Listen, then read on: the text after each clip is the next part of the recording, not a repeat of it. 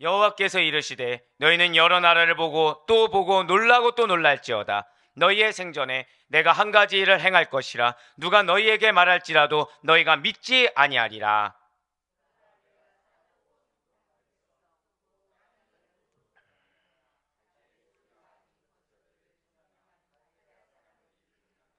그들은 두렵고 무서우며 당당함과 위엄이 자기들에게서 나오며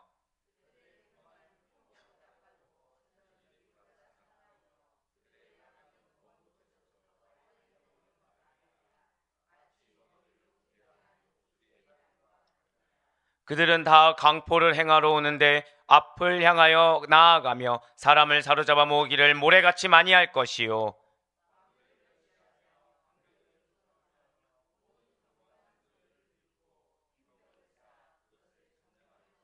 함께요. 그들은 자기들의 힘을 자기들의 신으로 삼는 자들이라. 이에 바람같이 급히 몰아 지나치게 행하여 범죄하리라. 아멘. 할렐루야. 네, 오늘도 변함없이 살아있는 주님의 은혜를 사모함으로, 그래서 우리의 환경과 상황 가운데서도 불구하고 이렇게 내가 마음을 지켜 주 앞에 나아가는 것을, 그것도 하루의 시작을 주님 앞에서 시작하는 것을 주께서 기쁘게 받으시사. 자, 절대 크게 고백하실게요. 반드시 나의 삶에 크게 개입하십니다. 아멘.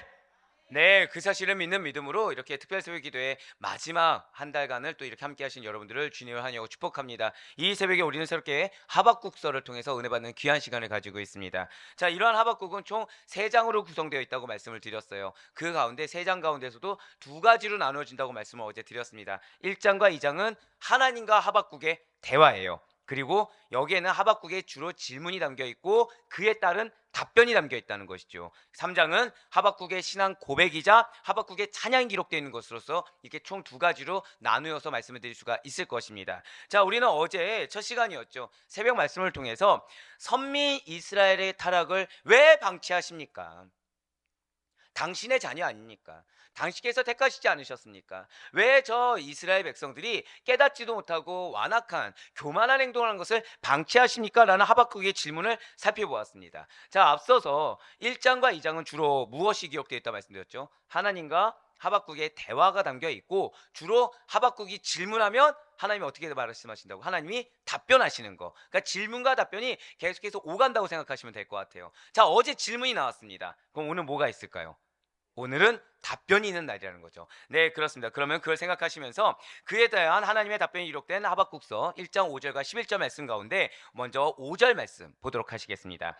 여호와께서 이르시되 너희는 여러 나라를 보고 또 보고 놀라고 또 놀랄지어다. 너희의 생전에 내가 한 가지 일을 행할 것이라. 누가 너희에게 말할지라도 너희가 믿지 아니하리라.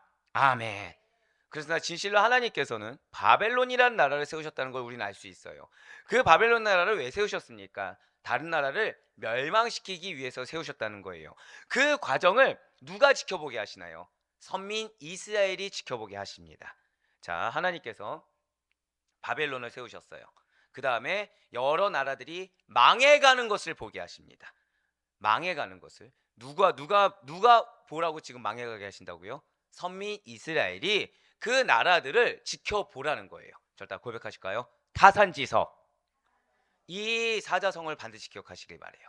타산지석 사무라고 지켜보게 하시는 것입니다. 그래서 그 과정을 지켜보는 선민 이스라엘은 5절 말씀 보니까 놀라고 또 놀란다는 거죠. 바벨론이 어떤 나라입니까? 바벨론은 기존의 강대국이었던 아수르란 나라. 그러니까 아무도 그 나라가 꺾여질 것을 예상하지 못했어요. 아수르의 세력을 꺾고 새롭게 등장한 신은 제국입니다. 비단 아수르란 나라는 그래서 그저 선제적으로 먼저 보여준 나라에 불과하다는 거예요. 강대국이 본질이 아니라 무엇이 본질이라고요? 바벨론이란 나라가 다른 여러 나라들을 어떻게 멸망시키는지 선제적으로 보여주는 나라, 재물이 된 나라에 불과하다는 거죠.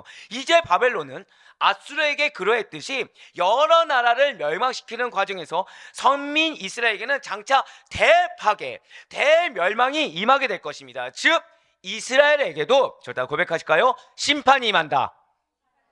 네, 그렇습니다. 이스라엘에게도 곧 심판이 임한다는 거예요.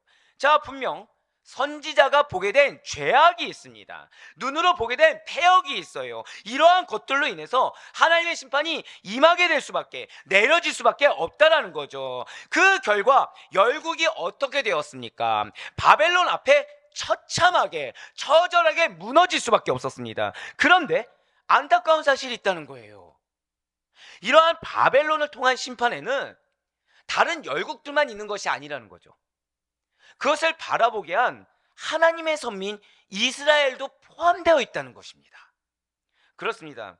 5절의 말씀처럼 진실로 선민 이스라엘은 다른 여러 나라들, 그러니까 감히 내가 생각조차 못하고 상상조차 못했던 그 결과들이 무엇입니까? 이 다른 여러 나라들이 바벨론이라는 나라, 바벨론은 그는 어떤 나라라고요? 신흥제국이라는 거예요. 고대 근동 지방에서는요, 신흥제국이 갑자기 강대국을 멸망시킨다? 있을 수 있을까요? 없을까요? 전혀 없습니다. 왜냐하면 어떤 무기의 특수성을 주장할 수가 없고, 다 싸움이 무엇이죠? 인력이에요. 인력. 얼마나 많은 국민들을 지니고 있는가, 여기에 따라 달라집니다. 그러니까 새롭게 뭐 핵폭탄 이런 것들이 좌지우지할 수 없는 시대가 고대 근동입니다. 근데 하나님께서 신흥 바벨론이라는 나라를 통해서 다른 여러 나라들을 멸망시킨 거죠. 즉 자기가 갖고 있는 상식이 깨진 겁니다. 자, 제가 방금 뭐라 말씀드렸어요? 정확히 말씀드릴까요? 내가 갖고 있는 상식과 기준이 깨졌다는 거예요. 이게 가장 중요합니다. 그냥 우리가 바벨론이라는 나라가 워낙 강력했으니까, 역사적으로 강력했으니까 일어나서 뭐 잘 알아서 멸망시켰겠다, 이게 아니라요, 이 바벨론 나라가 아수르를 무너뜨린 것 자체도, 그리고 여러 나라를 무너뜨린 것 자체도 무엇이 깨졌다고요? 내가 갖고 있는 상식의 기준이 깨졌다는 것입니다. 자, 그러니 놀라지 않을 수가 없었다는 거예요. 왜입니까? 바벨론에 의한 이웃 나라들의 그 멸망 과정을 지켜보면서 범죄한 선민들의 그 멸망이 얼마 남지 않았다는 것을 깨닫기 위한 하나님의 뜻이 바로 거기 있었다는 거예요. 자, 지금 무엇이 깨졌다는 말씀드렸죠? 내가 갖고 있는 상식 기준이 깨졌다고 말씀드렸습니다. 즉 나는 지금 선민이에요. 선민은 멸망할까요? 멸망하지 않을까요? 하나님이 택하셨으니까 멸망할 수가 없다는 자신들의 기준이 있습니다. 근데 이것이 얼마든지 깨질 수 있다는 것을 증명해 보이셨다는 거예요. 나는 괜찮겠지, 나는 하나님이 그동안 은혜를 부어주셨잖아, 그러니까 은혜를 부어주신 나는 멸망할 리 없어, 나는 지금 잘못이 없어 라는 상식 기준을 이미 다른 열방들의 나라를 통해서 깨닫게 하셨다는 거예요.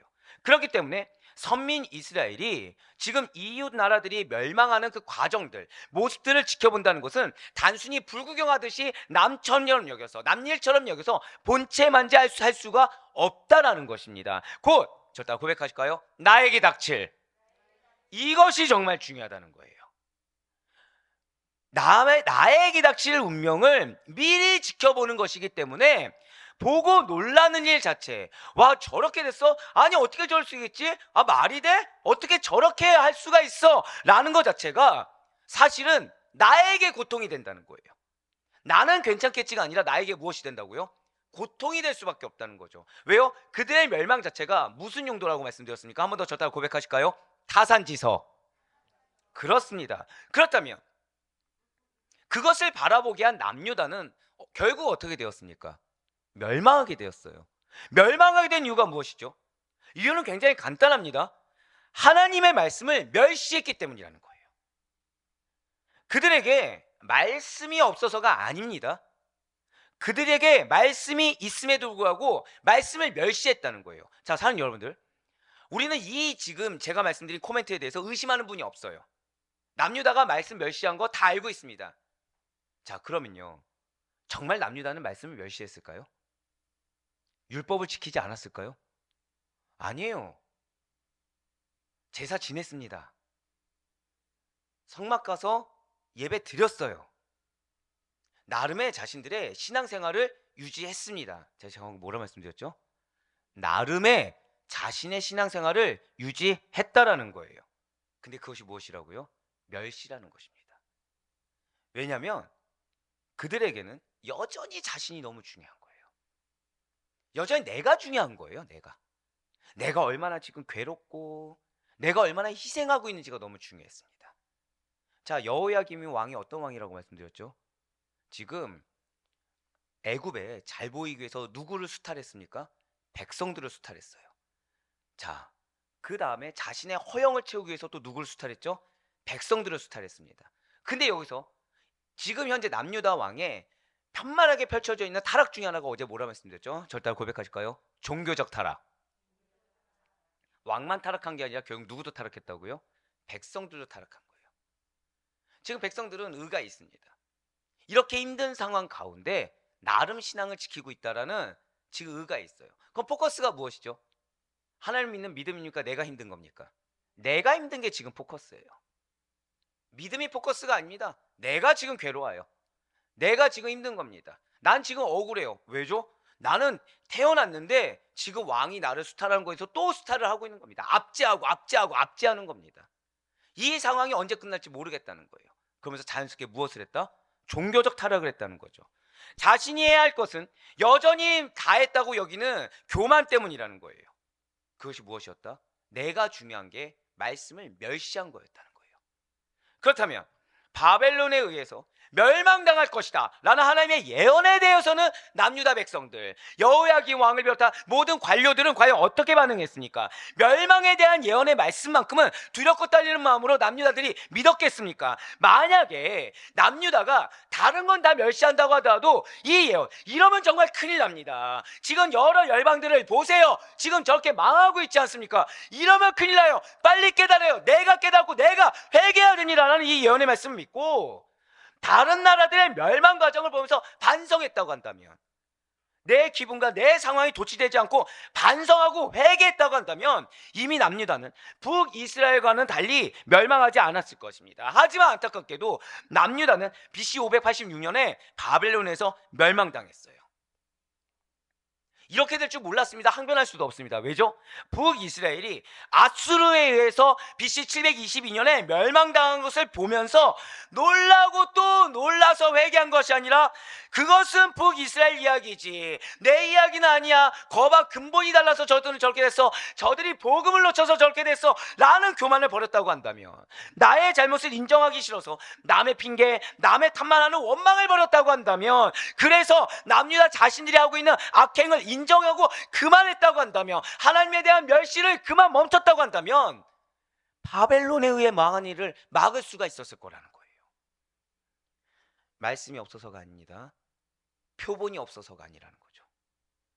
하지만 선민 이스라엘이라고 하는 족속들은, 남유다 백성들은 여전히 이방 민족에 의해서 선민이 망한 일은 없을 거라고 단언했다는 거예요. 당시의 남유다 입장에서는요, 이 바벨론이란 나라는 그저 이제 막 새롭게 부상한 나라였습니다. 그래서 어느 정도 영향력은 있겠지만 나한테 위협을 줄 정도는 아니라고 단언해 버렸어요. 우리가 하나님의 선택한 선민이야. 그런데 우상을 섬기는 이방 나라에게 멸망당한다고? 그런 일은 없을 거야. 아 맞아, 나 죄 짓고 있지. 아 근데 죄 짓지 않는 사람이 누가 있어? 나 이전에 비해서 많이 변화되었잖아.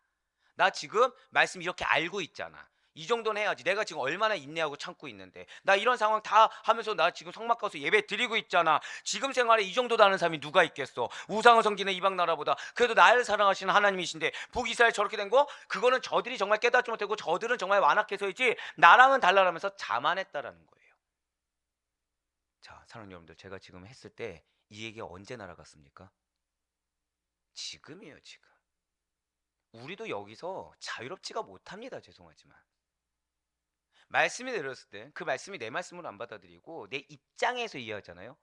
그럼 우리 이렇게 됩니다. 제가 어디서 이해한다고 했어요? 내 입장이에요. 저는 우리 아델포유 교회는 이런 우를 범하지 않기를 간절히 소망합니다. 오늘 메시지의 주제가 뭐예요? 절대 고백할까요? 타산지석. 타산지석이에요. 돌과 같은 마음을 버리세요. 나한테 주는 겁니다. 나한테. 거기에 내가 지금 이 이스라엘 백성, 남유다 백성들처럼 내가 지금 얼마나 압제를 당하냐, 내가 지금 얼마나 억울하냐, 이거 중요하지 않습니다. 중요한 건 뭐라고요? 하나님이 원하시는 대로, 하나님이 원하시는 기준. 이때 사단은 누굴 보게 해요? 아이러니한 건요, 지금 하나님이 이 남유다 백성들로 하여금 다른 나라 보게 하셨습니까? 안 하셨습니까? 보게 하셨어요. 여러분들 이거 잊으시면 안 됩니다. 보게 하셨어요. 근데 여기서 사단은 개입해서 그들보다 나은 면을 찾게 합니다. 자, 제가 방금 뭐라 말씀드렸어요? 남보다 내가 1%, 0.1% 나은 걸 보게 합니다. 거기서 위로를 삼게 해요. 근데 하나님은 왜 보게 하셨다고요? 저따가 고백하실 거예요. 회개하라. 이거예요, 이거. 깨닫고 돌이키라는 겁니다. 깨닫고 회개하라는 거예요. 근데 사단은 어떻게 한다고요? 그 와중에서도 그들보다 나은 1%, 그들보다 나은 0.1%를 보게 한다는 거죠. 그러면서 이제 오늘 보면 하박국 1장 6절 말씀 보시길 바래요.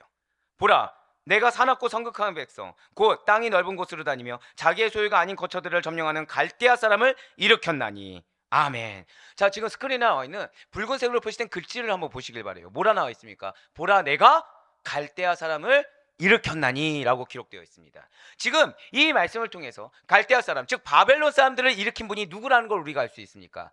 하나님이라는 걸 알 수가 있어요. 그렇습니다. 아수르 제국 변방의 작은 나라에 불과했던 이 바벨론이란 나라가 정작 자신들을 속국으로 여겼던 아수르를 멸망시키고 근동의 새로운 강대국으로 부상할 수 있었던 이유, 그 이유는 단 하나예요. 저 다 고백하실게요. 나를 하나님이 일으키셨습니다. 이걸 놓치면 안 돼요. 하나님이 깨닫게 하시는 겁니다.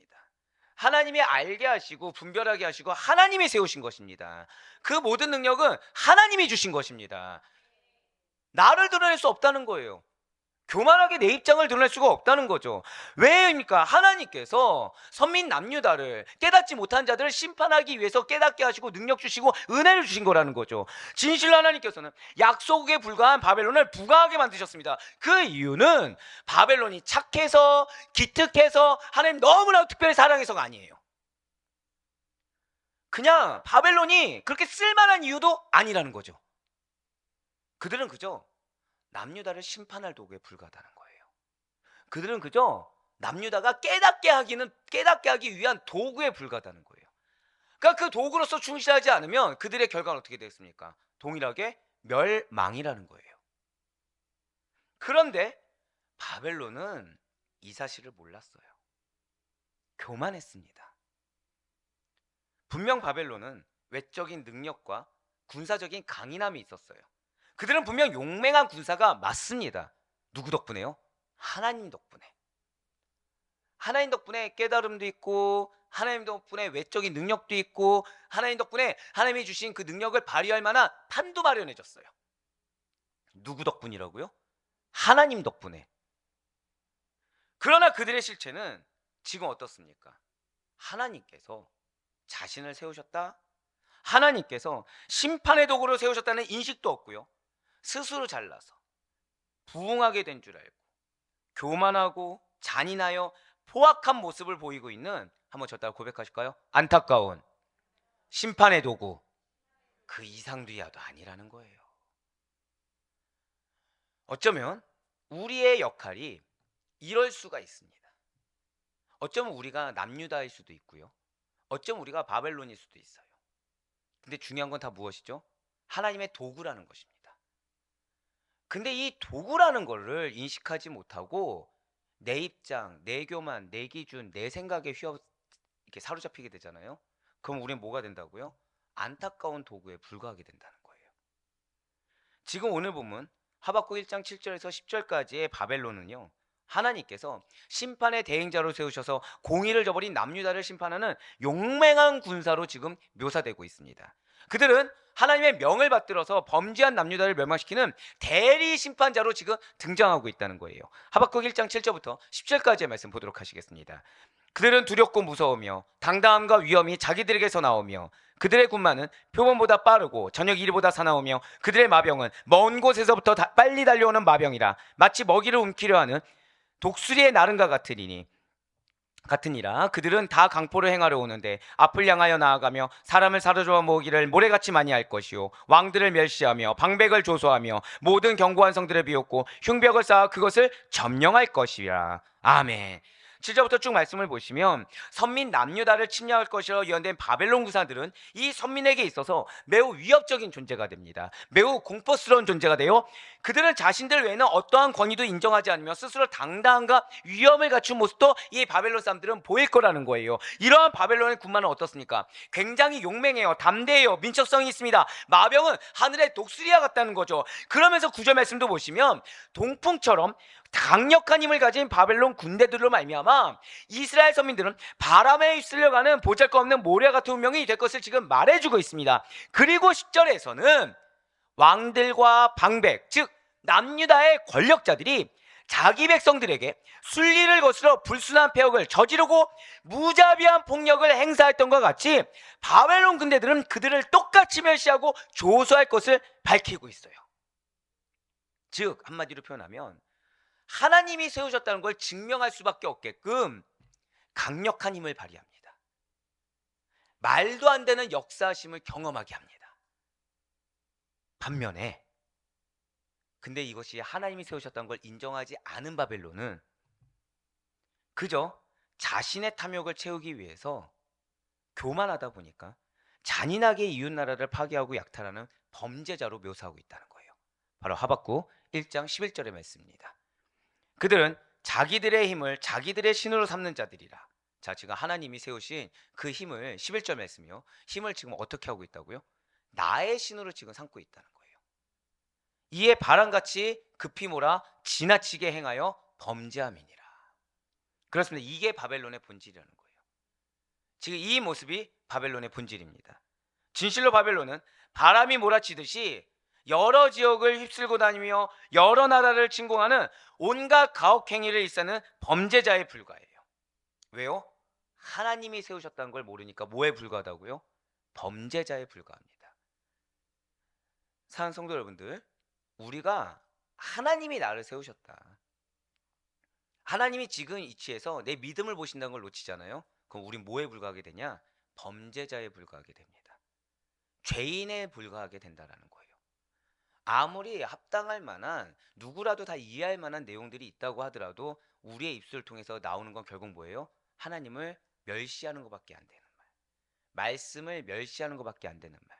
결국 강포한 모습, 죄인의 모습밖에 없다는 거죠.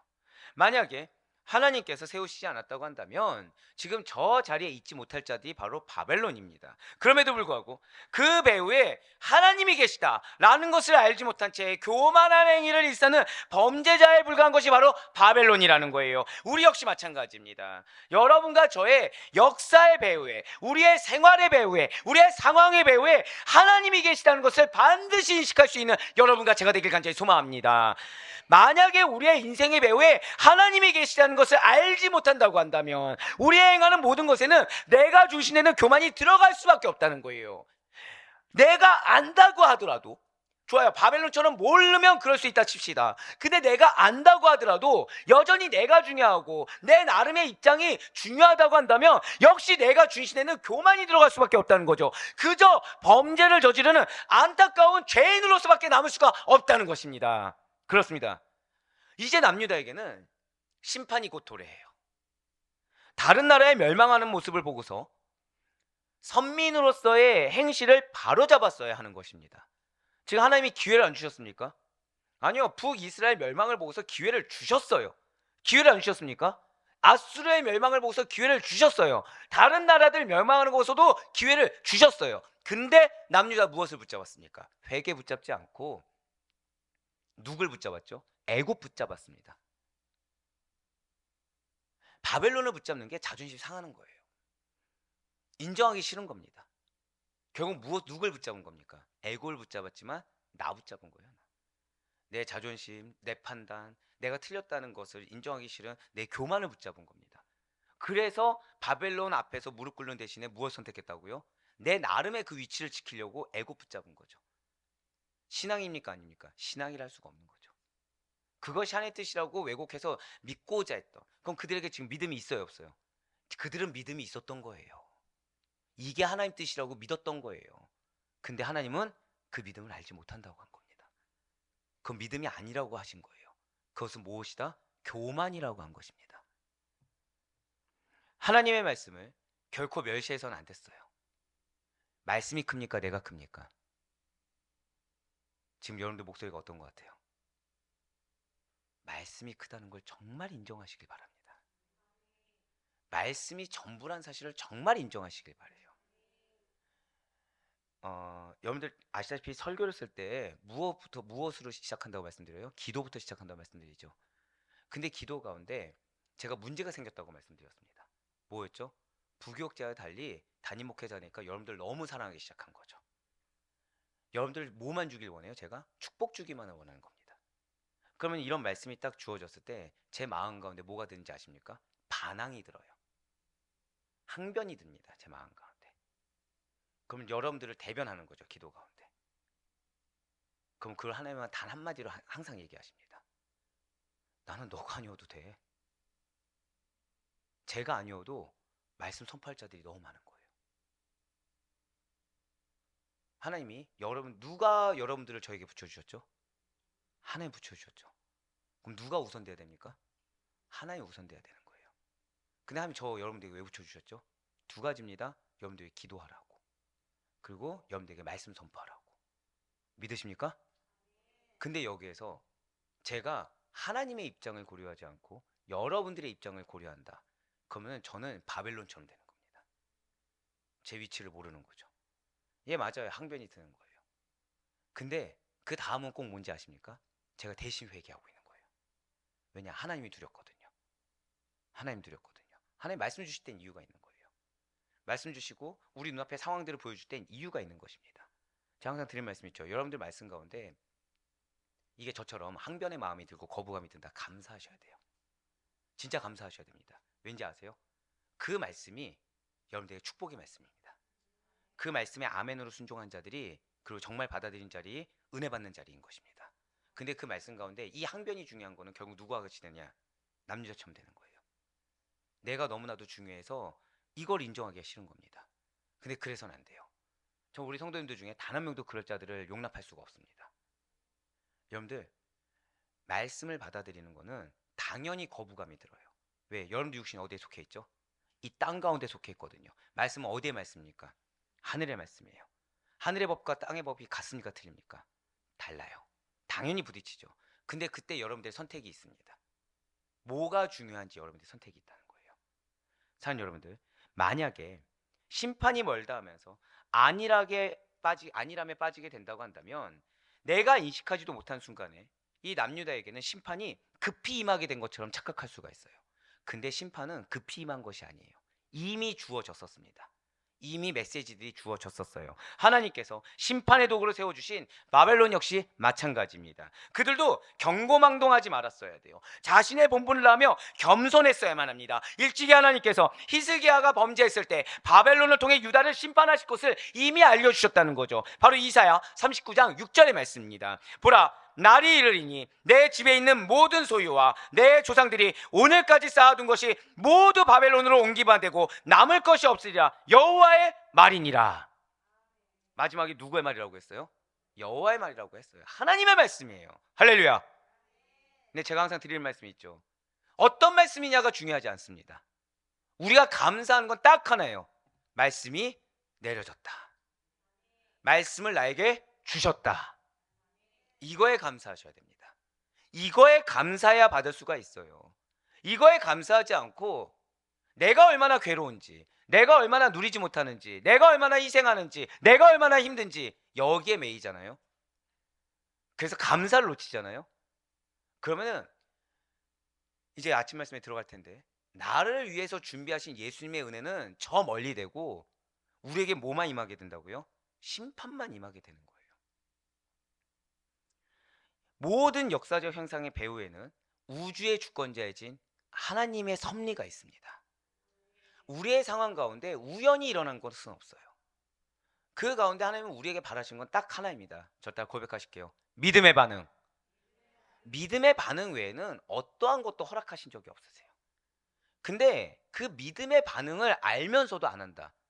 이것은 결국 남유다처럼 되는 것입니다. 앞서 말씀드렸죠. 바벨론에게는 말씀이 내려졌습니까? 안 내려졌습니까? 내려지지 않았어요. 바벨론은 말씀이 없었습니다. 그들은 억울할 수도 있겠죠. 근데 억울할 수도 없어요. 왜죠? 이스라엘을 정복했거든요. 그럼 그 가운데 하나님이 있습니까 없습니까? 있기 때문에 알 수가 있을 수밖에 없어요. 근데 남유다는 처음부터 알고 있었다는 거예요. 우리는 역사적 사건에 숨어있는 하나님의 손길과 하나님의 뜻을 찾아야 돼요. 그냥 역사적으로 내가 늘 아는 말씀을 보는 것이 아니라 그 가운데 있는 하나님의 뜻을 찾아야 됩니다.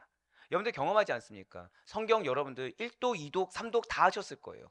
아니 하다못해 전체는 아니라고 하더라도 여러분들 익숙한 말씀들이 다 있습니다. 볼 때마다 똑같으십니까? 아니요, 달라요. 볼 때마다. 왜죠? 그 순간순간마다 성령님이 주시는 마음이 다르거든요. 결국 여러분들 동일한 상황 같아요. 하지만 동일하지 않다는 것입니다. 동일한 상황 같지만 그 순간마다 주시는 하나님의 말씀은 다르다는 사실을 반드시 잊지 마시길 바랍니다. 믿는 자들의 책임이 있어요. 믿는 자의 책임은 뭐냐? 저 따라 고백하실까요? 나의 삶 속에 숨어있는 하나님의 뜻을 발견하라. 이게 우리의 책임이에요. 믿는 자의 책임은 그것입니다. 왜요? 나를 통해 누가 드러나길 원하세요? 하나님이 드러나길 원하십니다. 정확히 말씀드릴까요? 나를 통해 하나님의 심판이 아니라 저를 따라 고백하실까요? 나를 통해 하나님의 영광이 그거예요. 그거. 나를 통해 하나님의 영광이 드러나길 원하시는 거지 패역한 모습, 교만한 모습으로 심판이 드러나는 걸 원치 않으십니다. 그래야 우리는 역사가 가르치는 진정한 교훈을 배울 수 있고요. 현실의 삶에서 하나님의 뜻에 부합한 삶을 살 수가 있는 것입니다. 자, 하나님의 뜻에 부합한 삶을 살기 위해서 무엇을 해야 된다고요? 배워야 돼요. 역사에서 말씀하시는 하나님의 진정한 교훈을 배워야 됩니다. 그 뜻을 분별할 수 있어야 돼요. 사랑하는 우리 성도 여러분들, 역사의 주관자이신 하나님께서 저와 여러분을 어떠한 자로 부르시고 어떠한 자로 세우셨습니까? 성경에 나온 심판의 예언을 믿고 받아들이시길 바래요. 진리를 믿지 않고요, 불의를 좋아하는 자는 심판을 받습니다. 내가 중요한 자는 진리를 믿지 않아요. 내가 아는 여러 가지 성경 지식, 이건 중요하지 않습니다. 남유다 백성들 성경 지식이 없어 문제가 아니라고 말씀을 드렸습니다. 그들에게 행위 중에 예배 행위가 없어서 문제가 아니라고 말씀드렸어요. 궁극적으로 그들의 현실의 삶에서 하나님의 뜻에 부합한 삶이 나오지 않아서 문제입니다. 하나님의 뜻이 온전히 그 임했을 때 그 뜻을 온전히 받아들이지 않은 것이 문제였어요. 남유다와 같이 바벨론에 의한 심판을 받지 않기 위해서는 사도 바울의 권면대로 하나님께서 기뻐하시는 선한 일과 선한 말을 하는 자들이 다 되어야만 된다는 거죠. 바로 데살로니가후서 2장 12절과 16절, 17절의 말씀입니다. 진리를 믿지 않고 불의를 좋아하는 모든 자들로 하여금 심판을 받게 하려 하심이라. 16절 말씀이에요. 우리 주 예수 그리스도와 우리를 사랑하시고 영원한 위로와 좋은 소망을 은혜로 주신 하나님 우리 아버지께서 너희 마음을 위로하시고 모든 선한 일과 말에 굳건하게 하시기를 원하노라. 아멘. 지금 이 말씀 16절 17절 말씀 보시길 바래요. 여러분들, 우리는 사도행전을 통해서 하나님의 위로의 방법이 뭔지 알았습니다. 하나님의 위로의 방법이 무엇이었죠? 그냥 제가 직설적으로 말씀드릴까요? 너 더 일해. 이겁니다. 그러니까 여러분들에게 말씀에 순종할 만한 일거리를 주신 거, 이게 일입니다. 이게 은혜입니다. 이게 위로예요. 자, 역시 마찬가지라는 거죠. 여러분들을 사랑하셔서 영원한 위로와 좋은 소망을 은혜로 주셨어요. 이것이 무엇입니까? 이 땅의 것입니까? 아니에요. 부활 신앙을 가지셔야 됩니다. 천국의 소망을 가지셔야 됩니다. 그래서 우리를 위로하셨다는 거예요. 그걸로. 근데 문제가 있죠. 부활 신앙과 천국의 소망을 가진 자들의 이 땅의 삶이 어떤 삶이죠? 십자가의 삶인 거예요. 그걸로 위로하길 원하시는 거예요. 십자가 지고 계십니까? 마음이 괴롭습니까? 눈물이 나십니까? 힘드십니까? 기뻐 감사하세요. 지금 안에 나 위로하시는구나. 지금 나에게 상급 주고 계시구나. 그 인내 하나하나가 다 상급이 되는 거예요. 여러분들 한번 생각해 보세요. 가만히 있는데 그 자리에 낭떠러 잡힌 거예요. 이렇게 가만히 있는데 있는 시간만큼 뭐 1분 아니야 1초에 100원씩 준다고 아니 1초 너무 적은가요? 1초에 한 1000원씩 준다고 생각해 보세요. 서 있겠습니까? 안 서 있겠습니까? 안 서 있을 자가 없을 겁니다. 서 있으면서 요동하시겠습니까? 안 하시겠습니까? 안 해요. 난 여기 도저히 못 서겠어. 난 불안해 죽겠어. 나 이 자리 피할 거야 하실 분 계십니까? 어떻게 해서든 버티려고 하지 않겠습니까? 제가 방금 뭐라 말씀드렸죠? 버티기라도 하시라는 거예요. 믿음으로 버티기라도 하셔야 됩니다. 그게 상급이 된다고 생각해 보세요. 안 버틸 자가 없어요. 근데 내가 얼마나 하나님이 정해진 시간이 있는 거예요. 거기서 1시간이 있어야 되는 겁니다.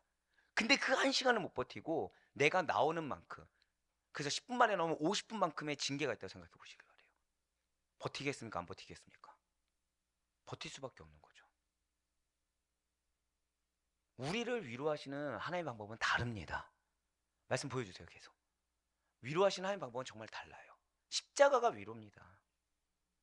억울할 만한 상황이 위로예요. 괴로운 상황이 위로입니다. 답답한 상황이 위로예요. 그 가운데 믿음을 지키게 하신 게 위로예요. 그 가운데 우리 어떻게 하라고요? 모든 선한 일과 말에 굳건히 하라. 억울해 죽겠는데 나는 계속 선해야 돼요. 억울해 죽겠는데 그리스도의 형상을 드러내야 돼요. 힘들어 죽겠는데 이 입술 가운데서는 교만하고 무례한 말이 아니라 무슨 말만 나와야 돼요? 선하게 세워주는 말만 나와야 돼요. 근데 그게 상급입니다. 그게 은혜입니다. 사단이 시험을 해요. 무슨 시험을 하냐면 성도에 대해서 판단하게 합니다. 진짜 솔직히 말씀드리는 거예요. 성도에 대해서 판단하게 합니다. 그럼 판단이 되면 기대가 생길까요? 안 생길까요? 절대 안 생기는 거예요. 근데 이미 판단 시작이 잘못됐죠. 자, 시작은 무엇이어야 돼요? 누가 붙여주셨다고요? 하나님 붙여주셨어요. 이걸 깨달은 순간 뭐부터 나올까요? 회개부터 나오는 거예요. 하나님 붙여주신데 뭘 판단을 합니까? 자, 제가 얼마나 잘났다고. 여러분과 저는 50보 100보거든요. 제가 뒤입니다. 참고로. 여러분들 앞이고요. 판단할 수가 없는 거죠. 내 임의대로 할 수가 없는 겁니다. 하나님 우리에게 허락하신 건 무엇이라고요? 모든 선한 일과 말에 그냥 서 있는 것도 아니고 어떻게 하라? 굳건하게 하라. 아멘. 오늘 이 말씀을 정말 기억하시길 바래요. 그래야 하나님의 메시지에 그리스도인으로서 반응하시길 바랍니다. 어떻게 반응하라? 그리스도인으로 반응하셔야 돼요. 나라는 사람으로는 절대 순적한 반응이 나올 수가 없습니다. 조금 잘하는 것 같아도 다시 돌아가는 게 우리예요. 제가 이 앞에서 이렇게 회개했습니다. 한 번 얘기합니까? 아니요, 수도 없이 얘기하죠. 한다고 해도 다시 돌아가요. 근데 감사한 건 뭔지 아십니까? 이전엔 여기서 시작했다가 이만큼 와서 돌아갔다고 한다면 그 다음 시작이 어디예요? 요만큼은 가 있는 거예요. 그 다음은 어디요? 이만큼은 또 가 있는 겁니다. 이게 신앙입니다. 이게 성화의 과정입니다. 우리는 우리의 입장과 생각보다 더 중요한 하나님의 부르심, 하나님의 뜻하심을 믿고 따르는 그리스도인입니다. 그래, 정말 바라옵거나 없기는 나를 부르신 주님의 뜻하심에 합당하게 언제나 구속사적인 역사관, 언제나 구속사적인 세계관을 가지시고 부디 모든 선한 일과 모든 선한 말에 굳건히 서 있는, 그래야 영적으로 분별해요. 때를 따라 도우시는 하나님의 손길. 제가 방금 뭐라 말씀드렸나요? 우리가 분별했을 때 그때 때를 따라 돕는 하나님의 손길을 경험합니다. 내가 분별해서 모든 선한 일과 모든 선한 말에 굳건히 서 있을 때야만이 그때 나라가 변하고 공동체가 변하고 사람이 변하는 것입니다. 그 사실을 확신하는 믿음으로 말미암아 하나님의 손길을 충만하고 강력하게 경험할 수 있는 우리 사랑하는 모든 성도님들의 이 오늘 하루의 삶이 될 수 있기를 주님의 이름으로 간절히 축원합니다.